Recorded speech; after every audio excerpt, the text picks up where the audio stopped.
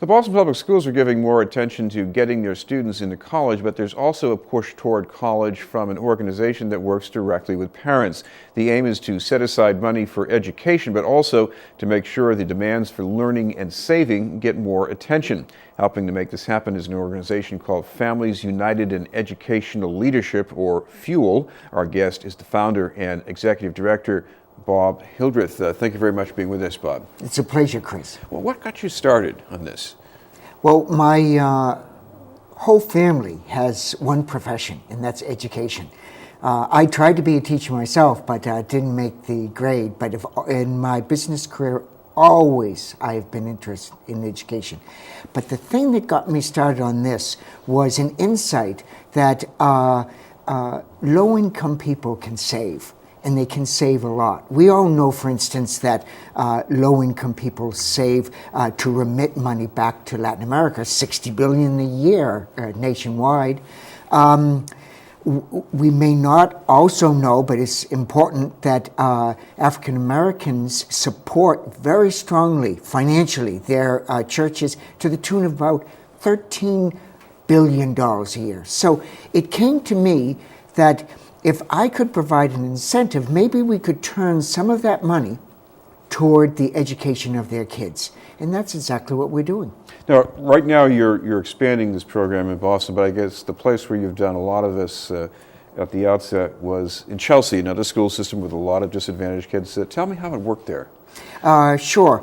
We actually started in Lynn, and due to favorable publicity, Chelsea came to FUEL and said, we'd like to do something with FUEL citywide. So we brought all of the after-school programs together, wove them into a contract where they would support getting families into our program. A key piece of this was Metro Credit Bank, and we offered the families to save a certain amount per month, small, $25, $40 a month, and we would match them. And they would deposit the money each month into Metro Credit Bank. And for us, that was just the ticket to the game. The real game was coming each month to a savings circle and learning the college process, which year by year, Chris, gets more and more complicated, especially when it comes to scholarships. And so we provide them both the money that's in the match and a very good, rigorous, for the parents, college program. What about Boston? Is this going to be with some matching or even partial matching, or is this mainly going to be about the parents doing the money themselves, but maybe getting some help with learning about the process? No, we're bringing and we already are in Boston, and we're bringing it the same way. So that at 3 sites already, BCNC in Chinatown, Hyde Square in Jamaica Plain, Hyde Square Task Force, and TEEP, a program of the Trinity Church of Copley Square for after-school kids in Boston. Their families are now saving into college accounts. The banks in this case are Citizens Bank and Wainwright Bank. Soon we're also going to be at several sites of Boys and Girls Club in Boston, in Roxbury and in Dorchester. And we're also offering the monthly Savings Circle meetings for the parents to learn about college. By the way, even though these might be the neediest students, they don't necessarily have the most expensive college education bills either. So how important is the money? Or maybe exactly how is the money important? That's a great question, because the money is important as a process.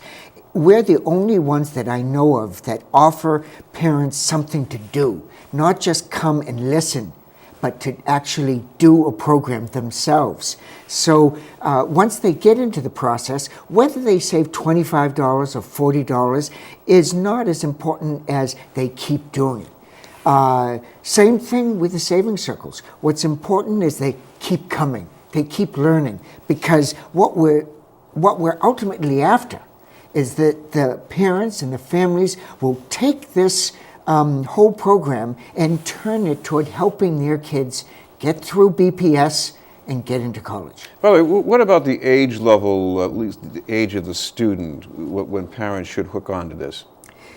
The best age to get going on this is the 8th and 9th grade.